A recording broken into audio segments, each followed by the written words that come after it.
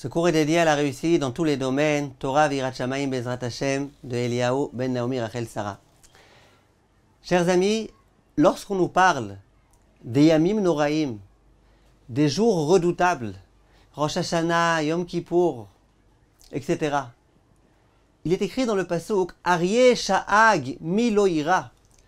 Lorsque le lion a rugi, qui est-ce qui n'a pas eu peur? Qui est-ce qui n'aura pas peur, plus précisément? Et Chachamim nous disent, c'est qui ce lion-là? Aleph, c'est Elul. Resh, c'est Rosh Hashanah. Yud, c'est Yom Kippour. He, c'est Hoshana Rabbah. Tous ces grands jours de jugement. Lorsque le lion a rugi, qui est-ce qui n'aura pas peur? La question a été posée au Raphaël Ganievski. Pourquoi quand on nous parle de ce lion, on nous parle de ce lion qui a rugi au passé? Pourtant, ce lion, c'est un lion qui se trouve chaque année. Chaque année, Aryeh Sha'ag Milo Ira, chaque année, il faut commencer à se remettre en question. Il faut commencer à être un petit peu inquiet de ce qui risque de se produire. Pourquoi on nous parle de ce lion au passé? Vient le Rav Chaim Kanievski et il dit, qu'est-ce qui peut véritablement me faire peur? Je sais qu'il y a un jour décisif qui va arriver.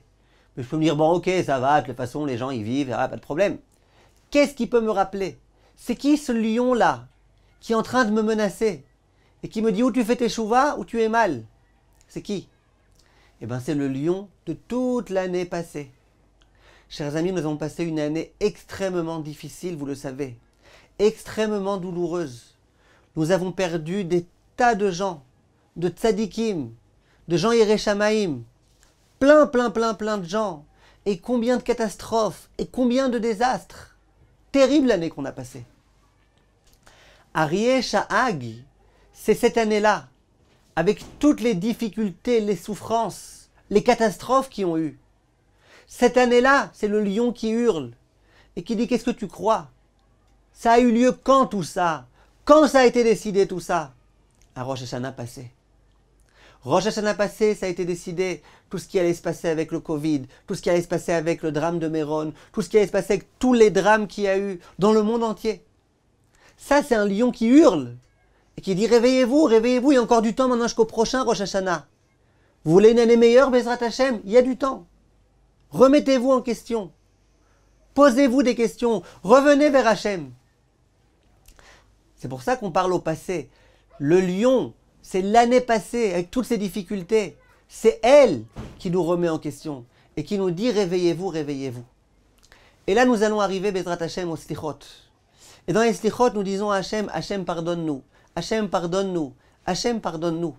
Il y a certains Chachamim qui font remarquer que ce terme de pardon, il peut signifier deux choses.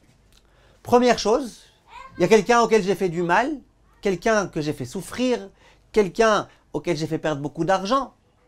Je viens le voir et je lui dis, je suis désolé, est-ce que tu veux bien me pardonner? Je suis conscient de tout le mal que je t'ai fait, s'il te plaît. Je sais que j'ai besoin que tu me pardonnes. Sois gentil avec moi. Fais-moi une grande faveur. Pardonne-moi. Et il y a un autre cas. Je suis dans la rue, je veux passer, et quelqu'un qui me dérange. Si je suis poli, je lui dis pardon. Genre, pousse-toi. Si je suis pas poli, je lui dis dégage. L'autre, il me regarde, il me dit tu peux au moins me dire dégage s'il te plaît. Mais si je suis poli, pardon. Le même terme a été employé pour dire pardon parce que je sais que je t'ai fait du mal, et pardon, genre bouge-toi. 10 Rachamim, Rav Biderman, il ramène cet enseignement-là. Lorsque tu viens demander pardon à Hachem, tu as deux façons de demander pardon.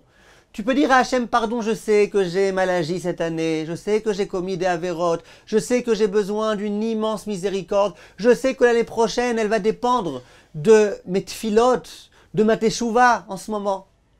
Ou alors je peux dire à Hachem, pardon, genre, laisse-moi passer. Laisse-moi passer ces jours-là, allez. Il y a des jours là un peu difficiles, juste laisse-moi passer. Ne me dérange pas trop. À nous, Bezrat Hashem, de venir avec cette modestie-là, avec cette humilité et avec cette compréhension des choses, que toute l'année prochaine est entre nos mains maintenant, à présent. Be'atzlacha, mes chers amis, sheniske shana tova u'mevorechet. Kol tov.